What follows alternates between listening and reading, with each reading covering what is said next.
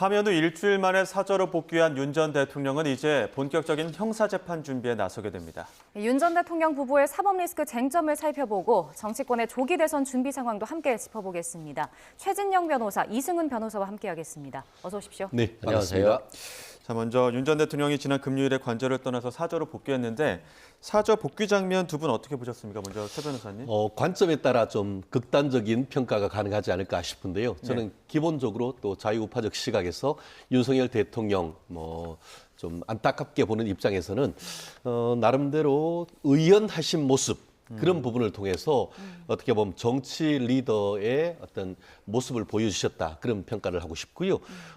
실질적으로 지금 또 사저를 관저를 나서시면서 마지막 메시지 같은 경우에는 어떻게 보면 대한민국 그 국민들과 대한민국에 대해서 죄송한 그런 그 사과와 함께 더불어서 본인의 앞으로 새로운 대한민국을 위해서 할 수 있는 노력을 하겠다라는 그런 포부를 밝혔습니다. 그 포부가 무엇인지 아직까지는 우리가 예측하기는 어렵습니다. 그 부분에 대해서도 상당 부분 또 비판적인 시각이 있다는 것은 알고 있습니다만 지금 조기 대선이 지나가고 있는 이런 상황 속에서 간접적으로 이와 같은 그 자유우파의 결집 이런 부분을 좀 메시지를 던지신 것이 아닌가 싶은데요. 결국 최종적으로 어떻게 보면 정치인이란 것은 본인의 말씀에 대해서 책임지는 그런 자리인 것이고 실질적으로 본인이 지난번 12.3 비상계엄 해제 이후에 이 부분과 관련해서 법적 정치적 책임을 지겠다 했고 실제로 탄핵까지 됐고 더불어서 이따 얘기하겠습니다만 형사 책임까지 지금 지는 그런 과정이 있기 때문에 그 과정에서 윤석열 전 대통령 또한 헌법 이 보장하는 기본권의 주체이기 때문에 본인으로서 할 수 있는 정치적 표현의 자유 내지는 어떤 형사 절차 이런 대응 그렇기 때문에 아마 다른 어떤 그 외부적 활동보다는 본인의 어떤 형사 절차에 대응하는 이런 것도 정말 앞으로 만만치 않은 그런 과정이 있는 것이 아닌가 생각합니다. 네, 어떻게 보셨어요? 윤석열 전 대통령 개인의 생각만 있었죠. 그래 나를 도와준 사람들에 대해서 감사하다. 요 정도 수준이니까요.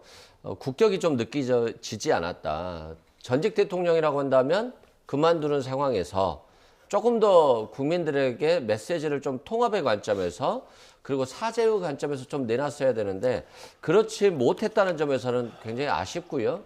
또 국민들이 기대도 하지 않았을 겁니다. 그리고 이런 논란도 있었잖아요. 20, 30대를 동원해서 울었다. 60, 70대들은 좀 멀리 떨어져 있어라. 이런 경호처의 얘기도 있었다라고 하는 것들 자체가 그런 연출이 있었다라고 한다면 그 연출을 통해서 얻을 수 있는 건 없잖아요. 조금 더 국민에게 자신의 마음을 얘기하고 전직 대통령으로서 지금 이 상황에 이르기까지의 과정에 대해서 소회를 좀 밝히는 것이 더 좋았겠습니다만 이제는 좀 집에서 쉬면서 형사재판에만 좀 집중했으면 좋겠다 이런 생각이 듭니다. 네, 양측의 좀 입장을 들어봤는데 사실 사저에 복귀하고 나서 윤석열 전 대통령 환영한다, 규탄하는 집회가 계속 이어지고 있습니다. 근데 이제 인근 주민들 같은 경우는 불편을 겪기도 하고 사실 좀 소음도 있고 안전사고 우려가 있잖아요. 이게 집회 금지 규정은 따로 없는 건가요? 지금 이 부분이 어떻게 보면 바로 그 윤석열 대통령 사저 길 건너편이 법원이고 또 큰 길 건너면은 지금 윤 전 대통령의 사저 이런 상황이다 보니까 네. 지금 그 관련 규정상 경찰 같은 경우에는 법원으로부터 100m 이내에는 어떤 정치적 집회를 제한할 수 있는 그런 규정이 있다 보니까 이번 같은 경우에 기존에 어떻게 보면은 어떻게 보면 윤 대통령을 지지하는 측 같은 경우에는 서울중앙지방법원, 서울중앙지방검찰청 사이에서 그 어떤 집회를 했고 또 이재명 대표를 지지하는 측 같은 경우에는 중앙지방검찰청 넘어 그러니까 대검찰청 쪽에서 이렇게 집회를 했었는데 지난 주말 토요일 같은 경우에 저희 법률사무소가 바로 있는 게 정말 바로 코앞에서 집회를 하는데 이유를 봤더니만 법원으로부터 100m 이런 부분도 있지만 지금 전직 대통령에 대한 경호상 한 100m는 떨어져야 할 수 있는 그런 부분이 있다 보니까 너무 지나친 근접하지 못한 곳에서 떨어진 상태에서 하는 것이고 말씀드린 것처럼 지난 그 토요일 같은 경우에 제가 기억하기에 한 5시 반쯤 이제 사저로 이제 들어갔을 무렵에 어떤 그 단체의 어떤 집회가 있는 것이 아니고 개별적으로 윤석열 대통령을 지지하는 사람들이 굉장히 많이 모였던 것도 사실입니다. 다만 그것은 개별적으로 모인 것이기 때문에 경찰이 제한을 하지 않고 질서 유지만 하는 것 같은데 앞으로 윤 대통령을 지지하는 측에서 집회, 시위를 만약에 한다고 하면은 바로 앞에서는 하지 못하고 지난 주말 이 교대역에서 이루어진 것처럼 100m 이상 떨어진 곳에서 할 수 있는 것인데 어쨌든 질서를 유지해서 집시법이 허가하는 범위 내에서 한다고 하면은 그 또한 일종의 정치적인 집회이기 때문에 우리가 금할 수는 없습니다. 다만 그 과정 속에서 질서를 무시하거나 하면은 그에 따른 책임을 져야 되기 때문에 아마 그 집회를 하는 그 주최 측에서는 그런 부분을 상당 부분 신경을 쓰지 않을 수 없는 건 아니겠습니까? 왜냐하면 지금 바로 코앞이 대선이다 보니까 어떻게 보면 지나치게 어떻게 정치적인 구호를 하면서 그 질서를 무너뜨리거나 하는 것은 쉽지 않을 것이라고 저는 생각합니다. 그런데 뭐 지금 집회해서 뭐 하겠어요? 이미 파면됐고 권력을 잃었잖아요. 그리고 조기 대선 과정에 있어서 차기 대통령이 누가 될 것인가에 집중할 필요성이 있거든요. 그래서 윤석열 전 대통령이 좀 메시지들을 자제하시고 자꾸 뭐 나경원 의원, 윤상현 의원, 전한길 씨 이런 사람들을 불러다가 정치적인 메시지를 내고 그리고 출마를 하고 나경원 의원과 김문수 전 장관이 함께 마치 경쟁자인데 함께 하는 것처럼 편먹은 것처럼 이렇게 하는 것들이 실은 도움이 안 되거든요. 국민의힘에도 도움이 안 되고 국정 안정에도 도움이 안 되거든요. 그래서 뭐 집회하고 싶으면 뭐 자유이지만 그게 찬성 집회든 반대 집회든 국가에 도움이 안 되기 때문에 좀 자제하시고 오히려 조기 대선 과정에 있어서 국가의 미래를 좀 결정하는데 좀 국민들의 역량이 집중됐으면 좋겠습니다. 예, 지금 대통령 경호처 움직임이 좀 묘한 부분이 있는데 김성훈 경호처장과 이광욱 경호본부장에 대해서 사퇴를 요구하는 연판장이 돌고 있다고 하는데 이것도 좀 이례적인 부분 아닙니까?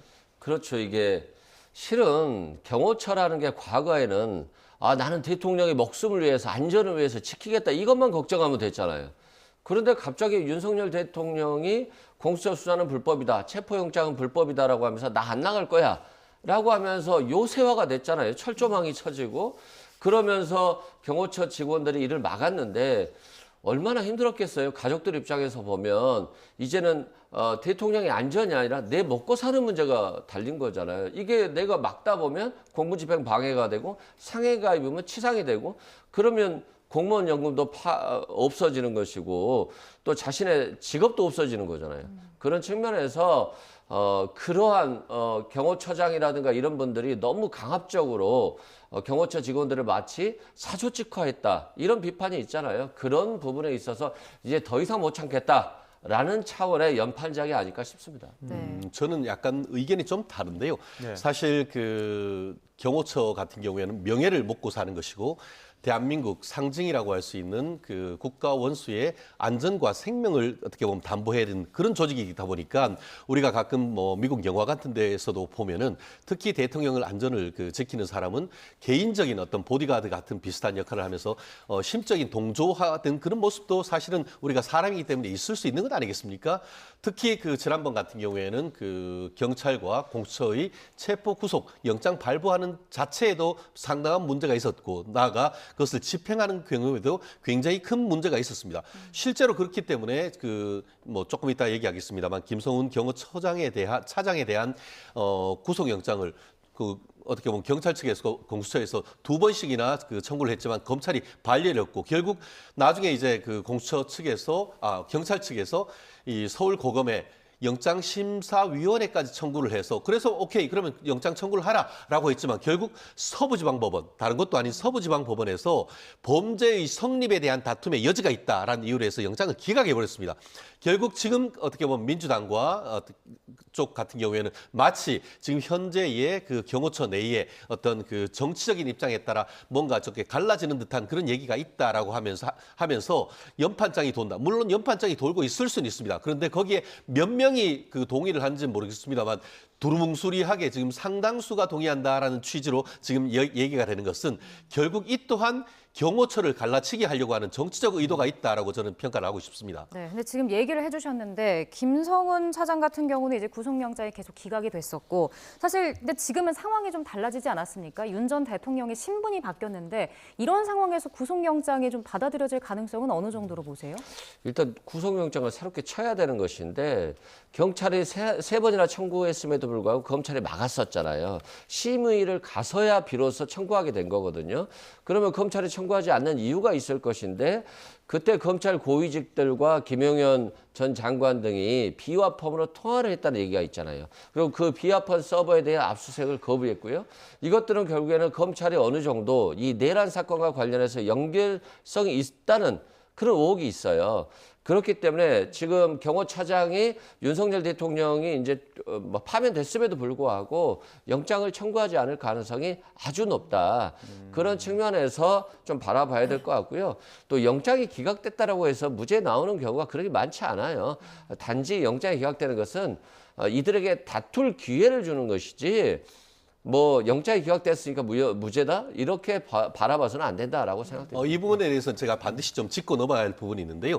말씀하신 것처럼 이 변호사님 말씀도 맞습니다. 그렇지만 영장이 기각됐다고 해서 무죄가 나오지 않는 것은 맞아요. 그런데 그거는 범죄 성립에 대해서 인정이 되지만 어떻게 보면 증거인멸이나 도주 우려가 없다라고 판단했을 때의 문제지만 이번에 서부지방법원에서 영장을 기각했을 때는 뭐냐 하면은 특수공무집행방해죄의 성립 여부에 대해서 다툼의 여지가 있다라고 했습니다. 그 말씀은 뭐냐면은 그 경찰이 3번씩이나 영장을 신청했지만 검찰이 기각했는 건 다 이유가 있다는 거예요. 나아가 이번에 그 기각했는 건 검찰이 기각했는 것이 아니고 법원에서 영장실질심사에 있는 판사가 봤을 때의 범죄 성립에 대한 다툼의 여지가 있다라고 판단했던 점이 핵심인 것이고 나아가 직접 김성훈 처장 같은 경우에는 여러 차례 경찰에 나가서 다 조사를 받았습니다. 그러다 보니까 이 시점에서 증거인멸이나 구속의 필요성이 없다고 판단했기 때문에 이런 상황에서 그대로 기소했을 경우에 과연 유죄가 나올까요? 저는 아니올시답니다. 예,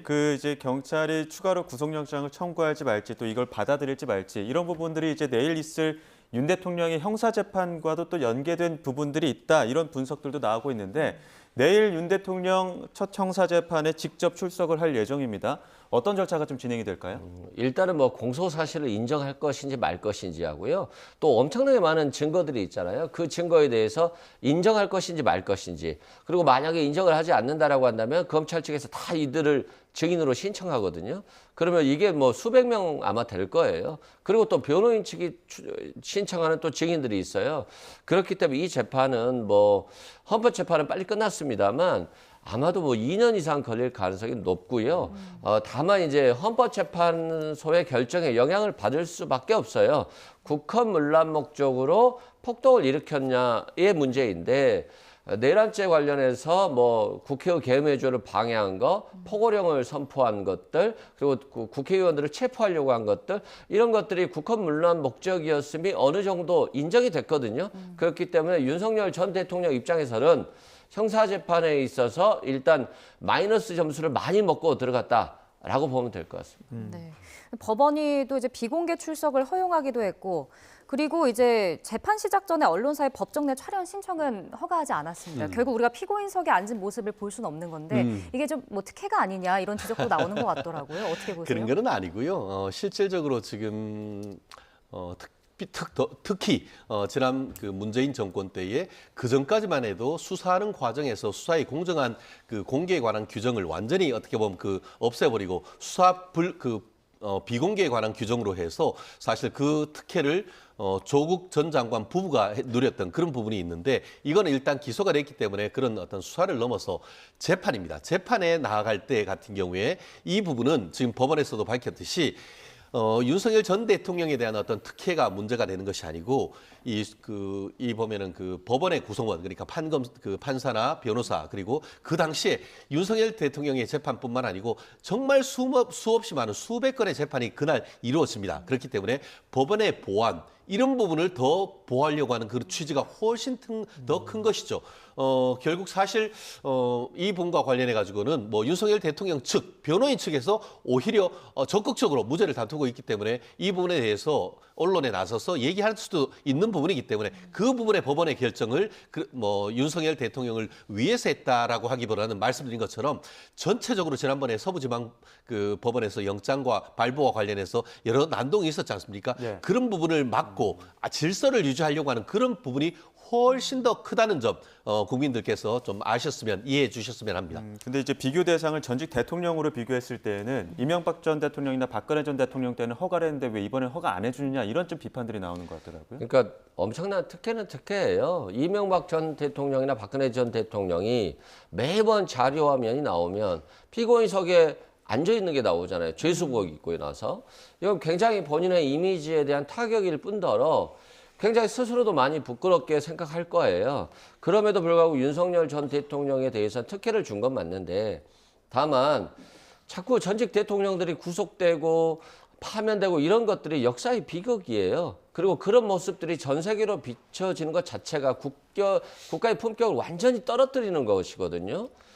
그렇기 때문에 뭐 국민들 입장에서 보면 윤석열 전 대통령이 수사받는 게 통쾌할 수도 있고 또 그렇지 않을 수도 있지만 국가의 품격 차원에서는 저는 뭐 굳이 국민이 윤석열 전 대통령을 보는 것도 스트레스고 상처라고 생각할 거예요. 그렇기 때문에 뭐 특혜라고는 생각하지만 또 보여주지 않는 것도 좋은 방안이지 않을까 싶습니다. 예. 네.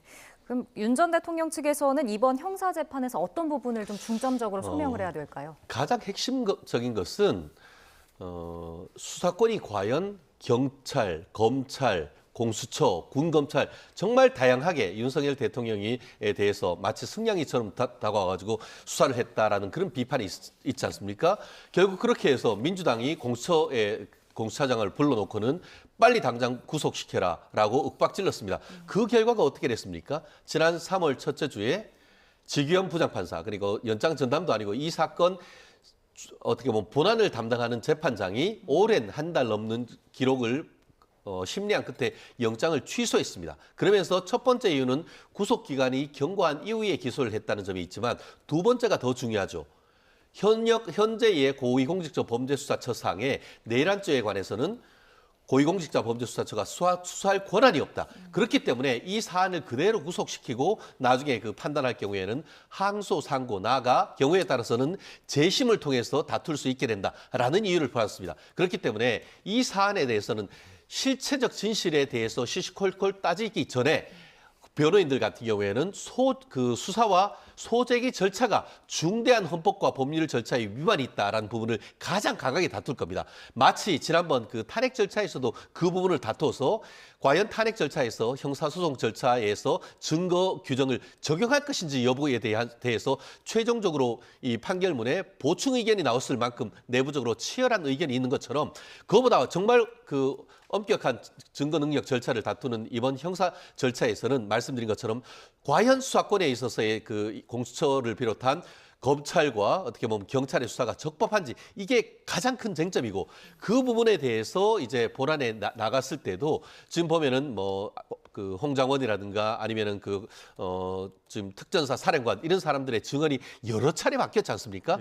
그런 부분에 대해서 증언을 하는 과정 속에서 생각보다 재판이 늘어질 가능성이 있고 좀 전에 이 변호사님 말씀처럼 경우에 따라서는 이게 뭐 1년, 2년도 늘어질 가능성도 충분히 있기 때문에 과연 앞으로 그 형사 절차가 언제까지 갈지 저희가 만약 뭐 앞으로도 정말 단기간에 끝날 가능성은 그리 높지 않다고 저도 봅니다.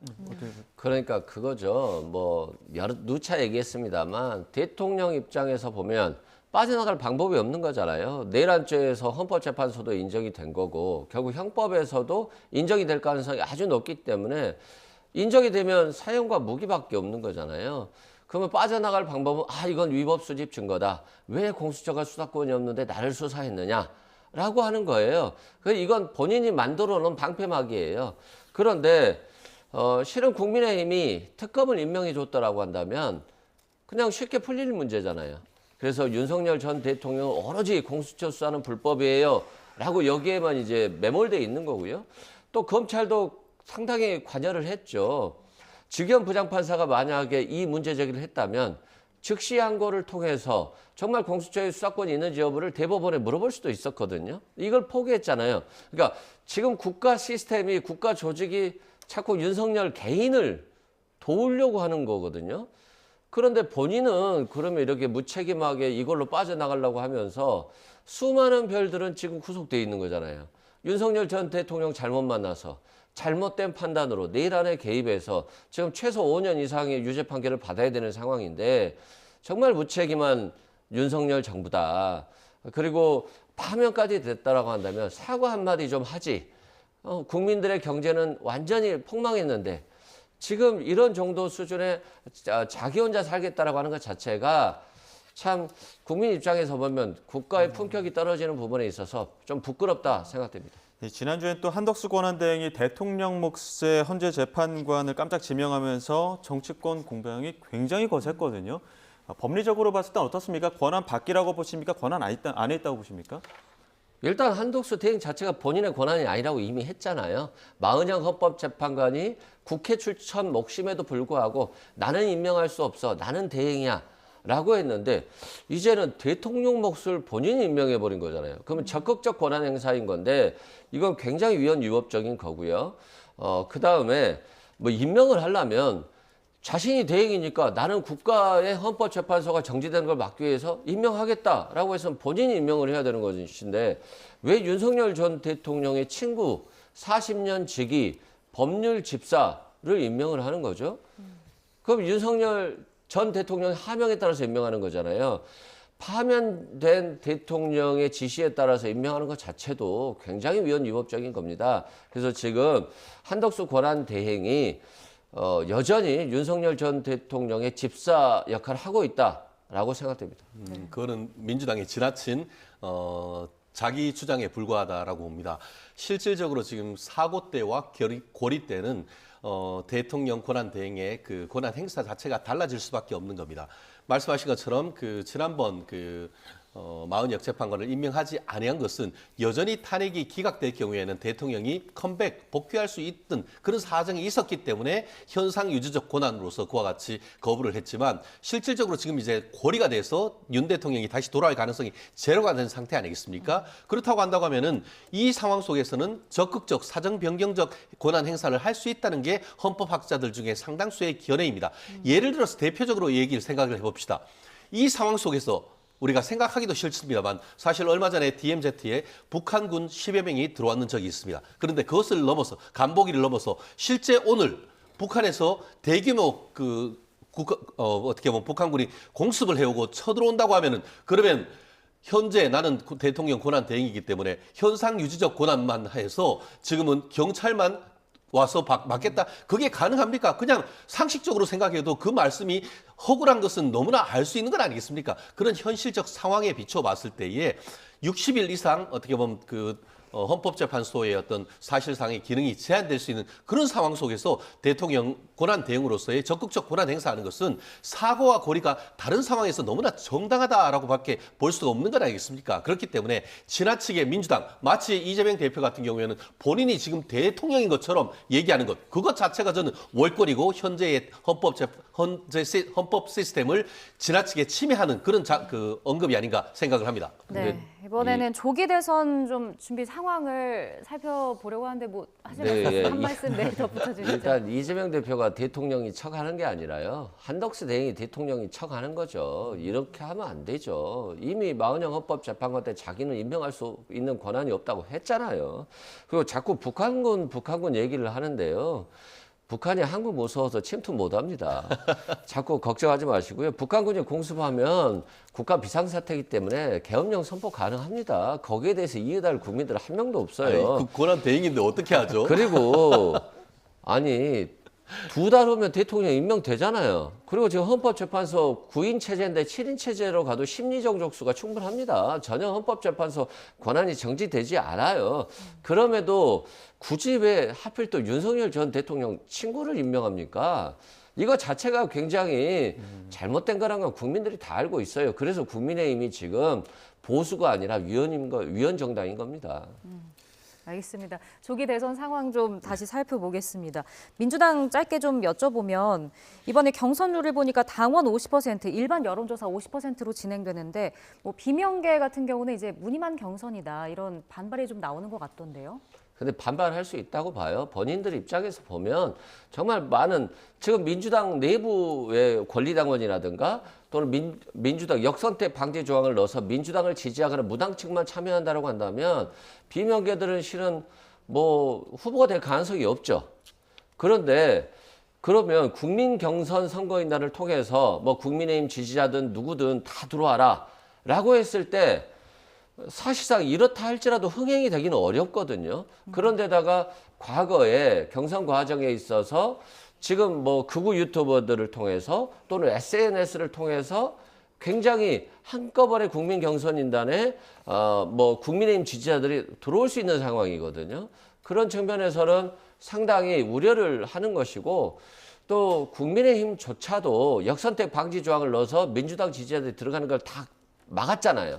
그럼 똑같은 지금 상황이고 지금은 경선에 대한 흥행보다는 국정 안정 그리고 경기를 어떻게 살려내느냐라고 하는 정책적 관점에서 경선이 치러져야 되는 것이 지금 국민들이 이 우울한 시기에 이런 방식의 대선 방식이 맞다라고 판단한 거고 비명계 입장에서 보면 아쉬운 부분은 있겠습니다만 오늘 김경수 지사도 수용했더라고요. 그런 측면에서 조금은 지금 좀 엄숙한 경선을 치르는 것이 맞지 않나 싶습니다. 예, 최 변호사께서는 어떻게 보십니까? 네, 무늬만 경선인 산무 경선이다. 저는 그렇게 평가하는데요. 첫 번째, 감동이 없습니다. 두 번째, 경쟁이 없습니다. 세 번째, 관심이 없습니다.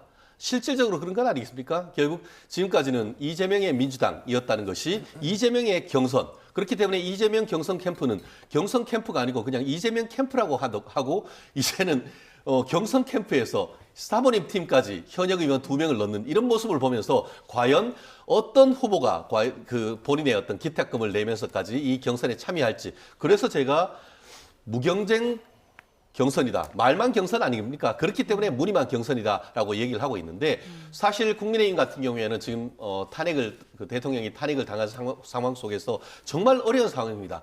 그러다 보니까 국민들에게 어떻게든 손을 더 뻗고 더 국민들에게 관심을 가지기 위해서 1, 2, 3차 경선 중에 1차로를 100% 오픈 프라이머리로 하는 것 아니겠습니까? 다만 그 과정 속에서 역선택이 있을 수 있는 그런 부분이 있기 때문에 그런 부분은 이미 지금 룰을 만드는 것이 아니고 기존에 이미 당원 당규에 역선택 방지 조항이 있도록 규정을 하고 있습니다. 그 룰에 따라 차근차근 진행하는데 민주당은 좀 그런 건 아닌 것 같아요. 그래서 말은 경선이라고 하지만 사실상 한 분을 위한 경선이 아닌가 하는 그 생각을 떨치기는 어렵다. 저는 그렇게 봅니다. 그런데 아니 뭐 맞는 말씀 같기도 보이는데 비판받아야 되는 문제는 아니죠. 어대명이잖아요. 어차피 대통령 후보는 이재명 대표고 어차피 대통령은 이재명 대표다라고 지금 그런 상황으로 흘러가고 있어요.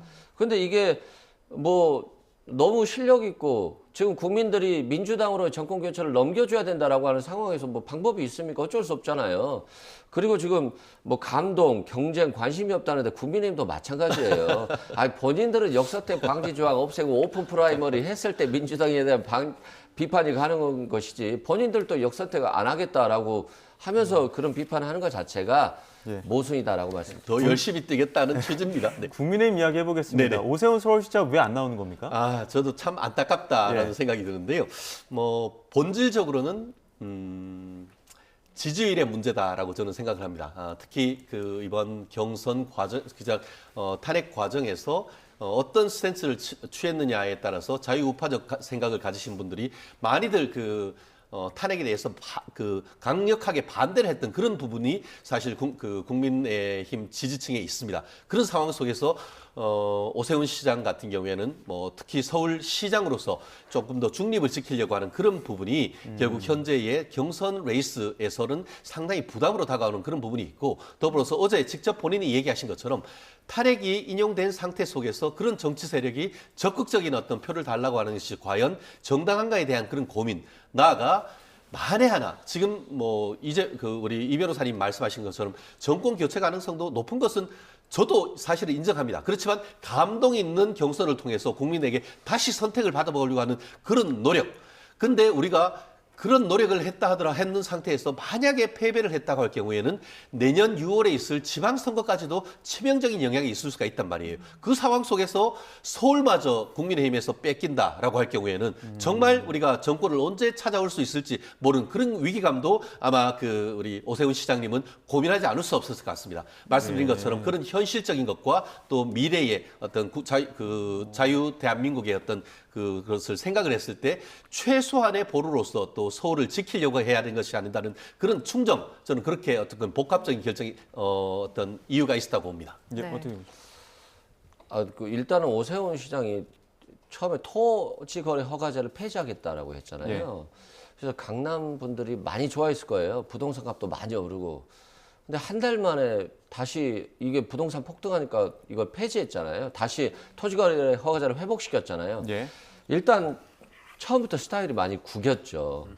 그리고 명태균 씨 수사는 저는 뭐 어차피 수사는 대선 이후로 미뤄질 거라고 봤기 때문에 큰 변수가 안 될 거라고 생각했는데 문제는 명태균 씨가 보석으로 나왔잖아요. 명태균 씨의 입이 상당히 거칠고 귀에 좀 쏙쏙 박히는 경향이 있어요. 그래서 굉장히 오세훈 시장이 불편했을 것 같아요. 근데 마지막으로 한덕수 대행 출마설이 돌면서 어떤 중도층에 조금 더 소구력이 있는 오세훈 후보의 어떤 표심이 한덕수 대행 쪽으로 좀 훅 갔거든요. 그런 측면에서 아마도 오세훈 시장이 여러 가지 관점에서 봤을 때 불출마를 선언한 것 같고, 그런데 저는 오세훈 시장이 잘했다고 봐요. 지금은 국민의힘이 반성하고 사죄하는 시간이지, 뭐 인천시장, 경북지사, 뭐 대구시장, 서울시장 다 그냥 자기 얼굴 좀 팔아서 다음 지방선거를 목적으로 나오는 거잖아요. 이런 측면에서는 저는 오세훈 시장이 잘 선택했다. 그리고 오세훈 시장이 사죄하는 부분, 국민을 배제해서는 안 된다라고 하는 부분 다 맞는 말씀 하시고 사퇴한 것이기 때문에 저는 잘했다라고 봅니다. 예, 알겠습니다. 여기까지 듣도록 하겠습니다. 지금까지 최진영 변호사, 이승훈 변호사와 함께했습니다. 두 분 고맙습니다. 고맙습니다.